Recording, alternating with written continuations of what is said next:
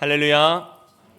오늘도 밤을 깨 함께 예배하고 기도하시는 모든 성도님들을 주님의 사랑을 축복하고 환영합니다. 잘 오셨습니다. 여러분, 추억의 장소가 있으십니까?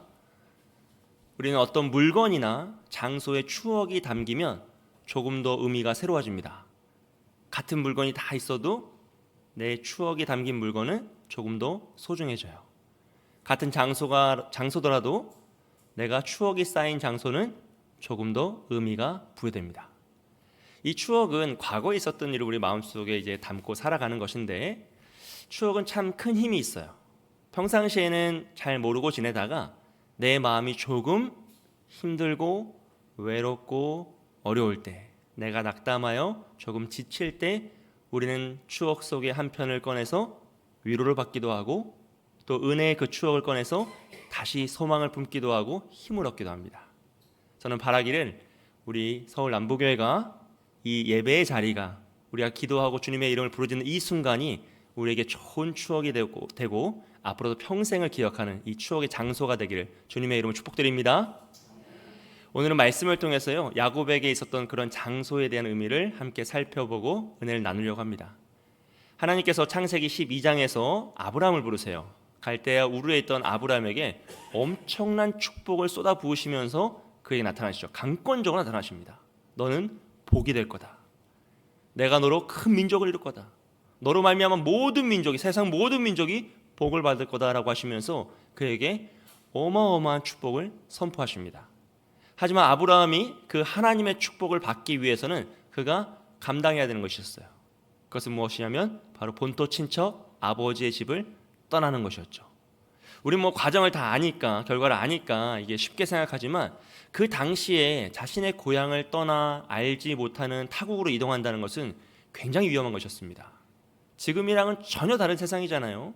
그때에는 거의 대부분의 사람들이 자신이 태어났던 곳에서 평생을 벗어나지 않고 살다가 그 마을에서 죽었어요. 그것이 문화였어요. 왜냐하면 이동수단 자체가 그렇게 발달하지 않았고, 지역을 옮긴다, 나라를 옮긴다는 것은 굉장히 위험한 일이었죠. 그럼에도 불구하고 아브라함은 그 모든 것을 감수하며 약속의 땅을 향해 나아갑니다. 자신의 터전을 다 버리고, 자신의 안전함을, 자신의 모든 물질을 다 버리고 약속의 땅을 향해 나아갔어요. 약속의 땅에 딱 이렇게 헌신하고 갔으면 뭐가 있어야 됩니까? 엄청난 축복이 있어야 되고, 가나안 땅에 플랜카드 붙어가지고 하나님의 사람 아브라함 환영합니다, 다 이게 써 있어야 되는데, 갔더니 아무도 그를 알지 못하고 오히려 그를 기다리는 것은 고난이었습니다. 가뭄을 맞이하고요, 전쟁을 경험하고 너무너무 사실 고생스러운 삶을 살았죠. 사실은 그는 복의 근원이 되었다라고 하기에도 좀 애매해요.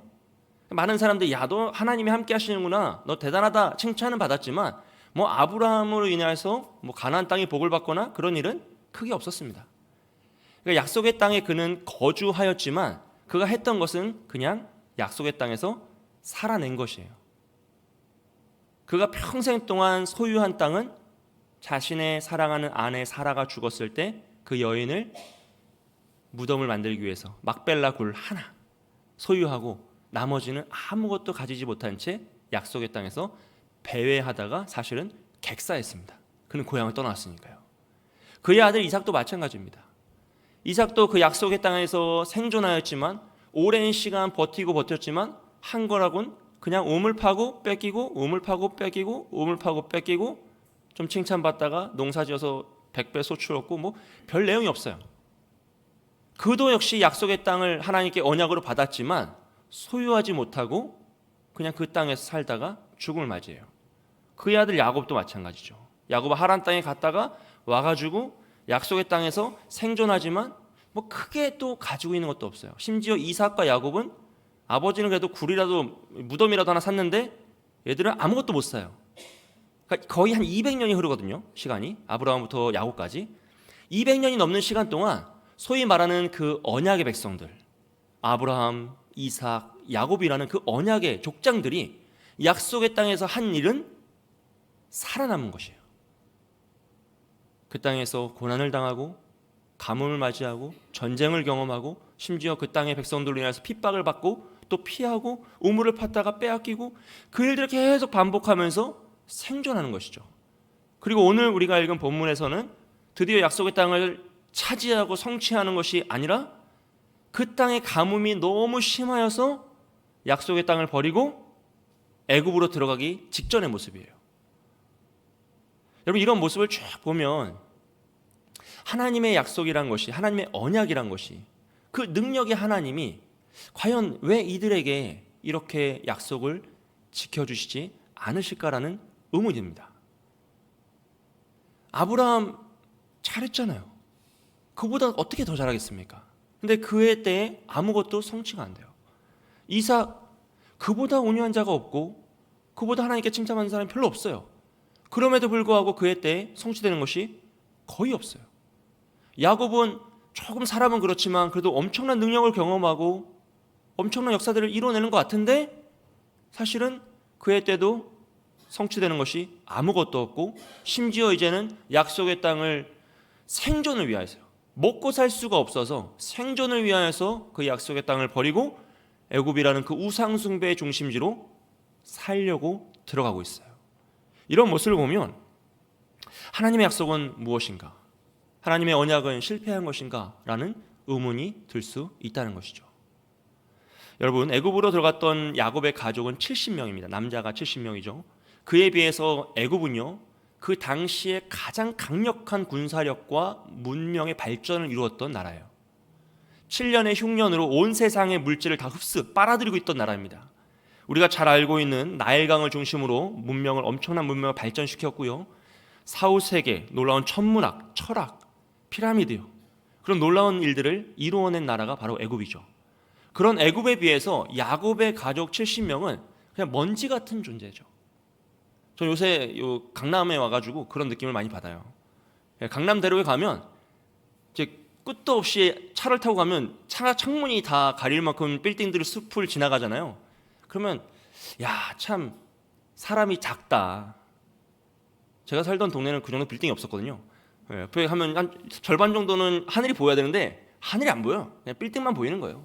그럼 빌딩 숲을 지나면 세상 앞에서 우리가 참 작아 보일 때가 있어요.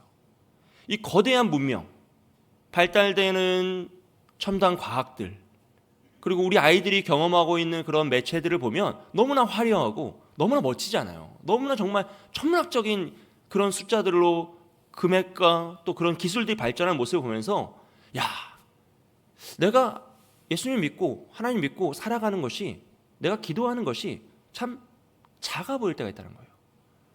우리 하나님 말씀 붙잡고 살아가고 하나님 우리에게 언약을 주신다, 약속을 하셨다라고 믿고 의지하지만 이 세상을 바라보면, 이 변하지 않을 것 같은 이 맘먹은 것 같은 세상을 바라보면 우리의 기도가 작아 보일 때가 있고 우리의 믿음이 연약하여 쓰러질 것 같을 때가 있다는 것이죠.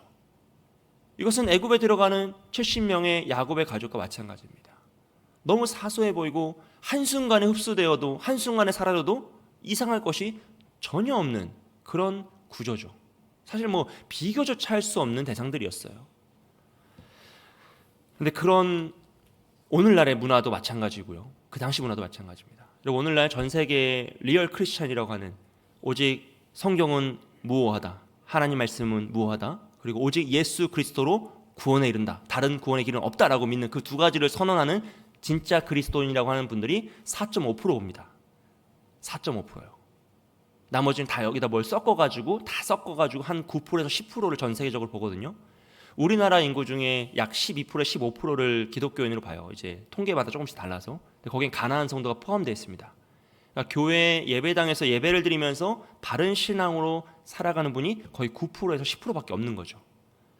그러니까 이런 절대적인 수의 차이, 그리고 이런 세상의 문화의 발전을 보면서 하나님은 우리를 빛과 소금이라고 부르셨는데, 하나님은 우리를, 하나님이 이 세상을 치유하실 하나님의 방법이요 대안이라고 말씀하셨는데, 우리 자녀들을 하나님은 분명히 사용하신다라고 약속을 하셨는데, 우리의 삶을 보면 세상에 치이고 물질에 치이고 경제적인 고통과 마음의 상처로 어려움을 당할 때가 생각보다 많거든요.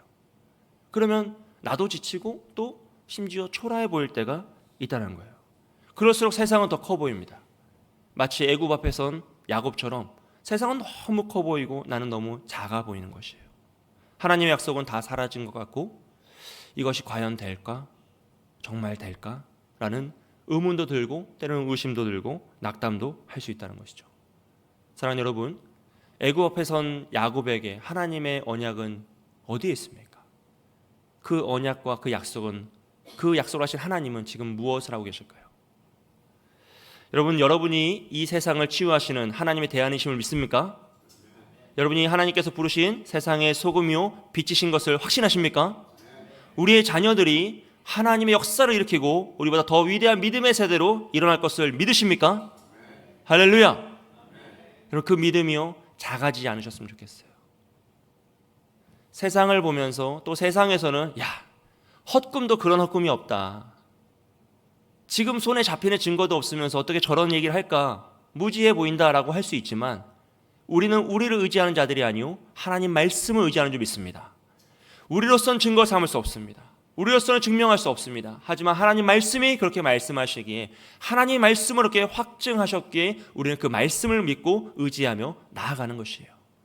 특별히 하나님께서 오늘 우리를 어떻게 도우시는지 말씀을 통해서 함께 봤으면 좋겠어요. 예수님은 마태복음 10장에서요 제 12명의 제자를 뽑으시고 그들을 세상으로 파송하세요.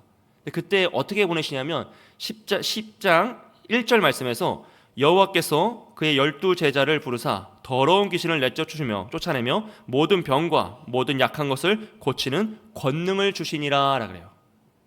예수님은 제자들을 그냥 세상에 보내시는 것이 아니라 귀신을 내쫓고 병과 약한 것을 고치는 권능을 주시며 세상으로 보내십니다.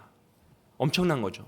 그럼에도 불구하고 예수님께서는 불안한 마음이 있으셔서 연약한 그들을 보시면서 뭐라고 말씀하시냐면 16절에서 이렇게 말씀하세요. 함께 읽겠습니다. 시작. 보라, 내가 너희를 보냄이 양을 이리 가운데로 보냄과 같도다. 그러므로 너희는 뱀같이 지혜롭고 비둘기같이 순결하라. 아멘. 사랑하는 제자들을 파송하시면서 이 세상으로 보내시면서 예수님은 엄청난 권능을 주셨어요. 그럼에도 불구하고 그들이 나아가는 세상은 너무나 크고 그들은 너무나 작은 존재였기 때문에 뱀같이 지혜롭고 비둘기같이 순결하라고 했어요. 왜냐하면 그들이 나아가는 세상에는요 유대인들이 있었습니다. 바리새인들이 있었어요. 서기관과 제사장들이 있었어요. 갈릴리 어부들과는 수준 자체가, 출생 자체가 다른 어마어마한 존재들이었죠. 그런 이리 같은 자들이 제자들을 물어뜯을 것이기 때문에 예수님께서는 뱀같이 지혜롭고 비둘기같이 순결하라 말씀하세요. 야곱도 마찬가지죠. 애굽이라는 어마어마한 세상이 야곱의 가족을 물어뜯을 것이었습니다. 오늘 우리도 마찬가지입니다, 여러분. 우리 자녀들이 살아가는 이 세상 마찬가지입니다. 이 어마어마한 세상이 우리를 물어뜯으려고 호시탐탐 기회를 노리고 있다는 것이에요. 그래서 야곱이 무엇을 합니까? 그는 애굽으로 가기 전에요 브엘세바에 가서 하나님께 제사를 드립니다. 야곱은 애굽이 얼마나 위대하다고 자신들보다 큰 존재인지를 알았어요. 애굽 앞에서 자신들이 얼마나 초라한 줄 알았습니다. 그래서 그는 자신을 의지하거나 애굽에 있는 요셉을 의지하는 것이 아니라 애굽보다 크신 하나님을 의지하여 제단을 쌓고 예배를 드린다는 것이죠. 야곱은 자기 한 명이 아니라 온 가족의 생존, 존폐가 달린 이 일생일대의 문제 앞에서요 브엘세바를 회복해요. 여러분, 사실 야곱에게는 더 멋진 장소들이 있거든요. 베델 있잖아요. 베델, 하나님의 집. 천사가 사닥다리로 하늘에서 오르고 내리는 것을 보았던 그 베델이 있잖아요. 이 베델은 야곱의 인생에서 2번이나 하나님과 언약을 맺었던 놀라운 장소입니다. 그보다 더 다이나믹한 장소가 있잖아요. 야복강가요. 하나님과 씨름하여서 기적을 체험하고 이름이 바뀌며 그의 인생의 존재가 바뀌었던 장소가 있어요. 그럼에도 불구하고 야곱이 자신의 인생에서 자신의 생명뿐 아니라 온 가족의 생명, 온 가문의 존폐가 달려 문제 앞에서 그가 찾아간 곳은 베델도 아니고 야복강가도 아니고 브엘세바라는 것이죠. 왜냐하면요, 그 브엘세바는 할아버지 아브라함이 하나님께 제단을 쌓은 곳이고요, 아버지 이삭이 하나님께 제단을 쌓은 곳입니다. 즉 자기 자신 홀로 하나님을 만났던 장소가 아니라 아버지가 하나님을 만났던 장소, 할아버지가 하나님을 만났던 장소, 즉 가문의 예배처소였어요. 그래서 그곳을 다시 회복함으로써 우리 가문을 지키시는 하나님, 우리 가문에 언약을 주신 하나님을 의지하여 모든 존폐의 문제, 정말 일생일대 그 어려움의 문제를 하나님께 의논하고 맡겨 드리는 것이죠. 우리 말씀을 한번 보겠습니다. 창세기 21장과 26장 말씀입니다. 우리 함께 읽겠습니다. 시작. 아브라함은 브엘세바에 에셀 나무를 심고 거기서 영원하신 여호와의 이름을 불렀으며 이삭이 그곳에 제단을 쌓고 여호와의 이름을 부르며 거기 장막을 쳤더니 이삭의 종들이 거기서도 우물을 팠더라. 아멘. 사랑하는 여러분, 야곱의 인생에서 가장 위기의 순간 그가 회복한 것은 자신이 언약을 받은 장소가 아니라 가문이 언약을 받은 장소를 찾아요. 우리 가문의 하나님, 아버지의 하나님, 할아버지의 하나님, 아브라함의 하나님, 이삭의 하나님, 나의 하나님. 그래서 브엘세바를 회복함으로써 하나님을 찬양하고 하나님을 예배하며 하나님을 만나기를 간절히 소원하고 있다는 것입니다. 여러분, 그렇다면 오늘 우리의 브엘세바는 어디입니까? 오늘 우리가 하나님의 이름을 부르고 우리의 자녀들이 장성하여 자신의 인생을 살아가려고 훨훨 날아갔다가 인생의 곤고함을 만나고요, 고난 앞에서 낙담하여 쓰러졌을 때 나의 아버지가 하나님의 이름을 부르며 예배했던 그곳, 나의 어머니가 기도의 제단을 쌓았던 그곳을 회복함으로써 그들이 다시 찾아와 하나님의 이름을 부를 그 브엘세바는 어디여야 합니까? 저는 소원하기를 우리 서울 남부교회가 우리의 브엘세바가 되고 우리 자녀들의 브엘세바가 되기를 주님의 이름으로 축복드립니다. 그래서 우리 자녀들이요, 결국 이 험한 세상에서 반드시 넘어집니다. 한 번도 상처받지 않고 넘어지지 않는 자녀는 없습니다. 모든 것이 무너져 버리고 그들의 인생에 부도가 나고 건강에 부도가 나고 마음에 부도가 나서 모든 것이 낙담하여 무너진 그 순간 아무도 찾은 이가 없고 자신도 아무도 찾을 수 없는데 그의 마음속에 나의 어머니가 하나님의 이름을 부르며 기도를 쌓으셨던 서울 남부교회, 나의 아버지가 하나님의 이름을 부르며 예배하셨던 서울 남부교회, 나도 하나님의 이름을 부르리라 외치며 다시 그 예배의 제단을 회복하고 자신 인생의 가장 위기의 순간, 가장 어려운 그 순간, 그 문제 앞에서 다시 하나님의 이름을 회복하고 예배를 회복하는 그 브엘세바가 오늘 우리에게 세워지고 우리 자녀들에게 계승되기를 주님의 이름으로 축복드립니다. 그리고 우리가요, 이렇게 브엘세바를 만들기 위해서는요, 첫째로 버텨야 합니다. 여러분, 버티십시오. 아브라함이 약속의 땅에서요, 죽을 때까지 한 행동은 버틴 겁니다. 다른 거 없어요. 비가 오나 눈이 오나 그 땅에서 생존하였어요. 그가 가장 많이 한 일은 그냥 그 땅에서 살아남은 거예요. 그게 그의 사명이었습니다. 약속의 땅에 살지만 차지할 수가 없어요. 하나님이 주지 않으시니 이 땅을 차지할 수가 없습니다. 그럼에도 불구하고 그는 끝까지 그 땅에서 버텨냅니다. 야곱이 했던 것도 마찬가지고 이삭이 했던 것도 마찬가지입니다. 그렇게 그들이 약속의 땅에서 버티고 버텨낼 때 결국 그 브엘세바의 제단이 생기고 고난 가운데 하나님의 이름을 부르며 예배하는 예배 처소가 생기더라는 것이죠. 여러분, 예배의 자리를 지켜내십시오. 다른 그것이 없습니다. 내가 매일 새벽을 깨우고 수요 예배, 금요 밤 기도회, 주일 예배, 주일 오후 예배, 모든 공예배를 힘써 드리라. 내 삶을 결단하여서 시간을 결단하고 생활을 결단하고 절제하여서 내가 예배를 버텨내리라. 그 마음으로 그 시간들을 결단하여 지키고 지켰을 때 우리의 자녀들이요, 우리 뒷모습을 보고 배우는 거예요. 우리 뒷모습을 보고요. 우리 엄마는 어디 갔지? 또 교회 갔구나. 이게 그냥 스쳐 지나가는 것 같지만 나도 교회를 가야겠구나로 하나님이 발전시켜 주신다는 거예요. 여러분, 교회에는 다 지정석이 있잖아요. 우리가 제가 조금씩 보이거든요. 지정석이 있어요. 우리 다 이게 내 자리에 누가 앉으면 이제 뜨끔한단 말이에요. 그 다음 주에 더 빨리 오고 이게 다 있어요. 근데 이 지정석을 만들기가 하루 이틀에 만들어지는 게 아니잖아요. 10년, 20년 버티니까 다른 사람도 배려하여서 굳이 그 자리에 안 앉는 거거든요. 그런 거예요, 여러분. 내가 끝까지 그 자리를 지키고 내 자리를 지키고 하나님을 의지하여서 부르짖고 버티면 하나님이 그런 사람을 외면하지 않으신다는 겁니다. 여러분, 우리가 끝까지 예배 자리를 버티고 기도의 자리를 버틸 때 이 예배당이, 우리가 예배하는 그 모든 공간들이 우리의 브엘세바 될 줄 믿습니다. 두 번째로요, 우리가 보여주어야 합니다. 여러분, 멀리서 외치는 소리는 들리지 않아요. 그래서 가까이에서 보여줘야 돼요. 우리가 자녀들에게 신앙을 물려주고 싶으면요, 뭘 하셔야 되면 신앙을 보여줘야 됩니다. 언행을 통하여서 보여주고요, 기도의 신앙을 물려주고 싶으시면 함께 기도해야 됩니다. 다른 게 없어요. 나 혼자 열심히 기도한다고 내 아들, 딸이 기도의 신앙을 갑자기 받는 게 아니에요. 함께 기도하고 중보하고 기도하는 모습을 보여주어야지만 이것이 얼마나 진정성 있는 문제인지, 얼마나 진지한 문제인지, 우리 부모님이 이것을 얼마나 신중하고 정말 심각하게 생각하는 것인지 느끼게 해줘야 돼요. 저는 추천하는 것은 함께 예배에 나오셨으면 좋겠어요. 자녀들을 이끌고 이 금요 밤기도에 좀 장성한 자녀들은 데리고 나오십시오. 장성화해서 못 데리고 나오지만 어리면 어려서 못 데리고 나오고, 비가 오면 비가 와서 못 데리고 나오고, 날이 더우면 날이 더워서 못 데리고 나오고, 이유는 너무 많아요. 하지만 결단하여서 함께 나오시고 함께 예배하면서 그걸 보여주세요. 내가 믿는 하나님을 나는 이렇게 예배하노라 라는 것을 보여주면 그 모습을 보고 우리 자녀들이 따라하는 것이죠. 모든 학습은 모방이잖아요. 부르짖는 기도를 배우고 하나님을 찬양하는 것을 배우고 예배하는 것을 배우며 자녀들이 성장하는 것이죠. 오늘 말씀에 보면요, 46장 1절입니다.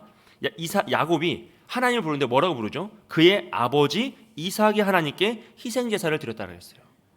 나의 하나님이 아니라 아버지 이삭의 하나님이라 그러죠. 지금 야곱에게 주체성이 없고 대표성이 없는 게 아닙니다. 그는 이미 가문의 대표였고요, 하나님께 언약을 받은 자예요. 야곱의 하나님이 있어요. 그런데도 불구하고 지금 왜 아버지 이삭의 하나님을 부르냐면 그 가문의 언약의 하나님을 붙들기 위해서죠. 여러분, 야곱이 제단을 쌓고 예배하는 것을 누구에게 배웠겠습니까? 아버지죠. 이삭이죠. 그럼 이삭은 누구에게 배웠겠어요? 당연히 아브라함이죠. 이건 가문 대대로 자녀들에게 부모로부터 물려받는 신앙의 유산이란 것이죠. 그렇기 때문에 야곱이 이 고난 앞에서 하나님의 이름을 불렀던 것입니다. 사랑하는 여러분, 제가 이번 주 목양 칼럼에 저도 부탁드린다고, 성도님들의 편지를 읽고 제가 간절한 부탁을 받았으니 저도 간절히 부탁드린다고 하면서 글을 썼어요. 첫째는 예배와 기도의 자리에 꼭 참석해달라는 부탁이고요, 두 번째는 금요 밤기도에 자녀와 함께 해달라는 부탁이고요, 세 번째는 직분자는 기도를 사명으로 감당하시라는 부탁입니다. 근데 우리 교회는 거의 99%가 직분자잖아요. 네, 그렇잖아요 여러분. 우리는 직분자가 아닌 분이 거의 없어요. 다 직분자예요. 너무 좋아요. 그래서 우리가 사명으로 감당하면 하나님이 책임지실 줄 믿습니다. 그렇게 보여주는 거죠. 직분은 저렇게 감당하는 것이구나. 저는 너무 좋은 게 장로님들이 주일날, 황대현 장로님은 식당에서 설거지하고 계시고 두 분 장로님 밖에서 주차 안내하시면서 땀을 뻘뻘 흘리시고, 과연 어떤 게 더 힘들까 이제 생각해 보면 둘 다 만만치는 않은데 하면서 이제 좋더라고요. 이게 되게 너무 좋잖아요. 이게 정말 섬김의 직분이구나라는 걸 우리 젊은이들이 보게 되고 젊은 집사님들이 보게 되니까 너무나 모범이 되는 것이죠. 그리고 보여주는 거예요, 여러분. 신앙은 입으로 떠드는 게 아니고 기도만 하는 것이 아니라 삶으로 보여주는 겁니다. 그럴 때 영향력이라는 것이 흘러가는 거죠. 사랑하는 여러분, 우리가 우리 자녀에게요, 기도하는 모습을 보여주고 예배하는 모습을 보여주고 정말로 신중하게 너무나 마음 담아서 하나님을 사랑하는 모습을 보여줄 때 이 제단이 VSB가 되고 우리 자녀들도 그 모습을 보고 따라올 줄 믿습니다. 그래서 힘써 보여주시는 저와 여러분이 되시길 주님의 이름으로 축복드립니다. 마지막으로는요, 언약을 받아야 합니다. 언약을 받아야 돼요, 여러분. 야곱이 하나님께 제단을 쌓고 아버지의 하나님의 이름을 부를 때 하나님은 그를 외면하지 않으세요. 그의 간절한 마음, 지금 그 죽음과 같은 두려움 속에 사로잡힌 야곱에게 하나님은 이렇게 말씀하십니다. 우리 3절과 4절 말씀 다 함께 읽겠습니다. 시작. 하나님이 이르시되 나는 하나님이라 내 아버지의 하나님이니 애굽으로 내려가기를 두려워하지 말라. 내가 거기서 너로 큰 민족을 이루게 하리라.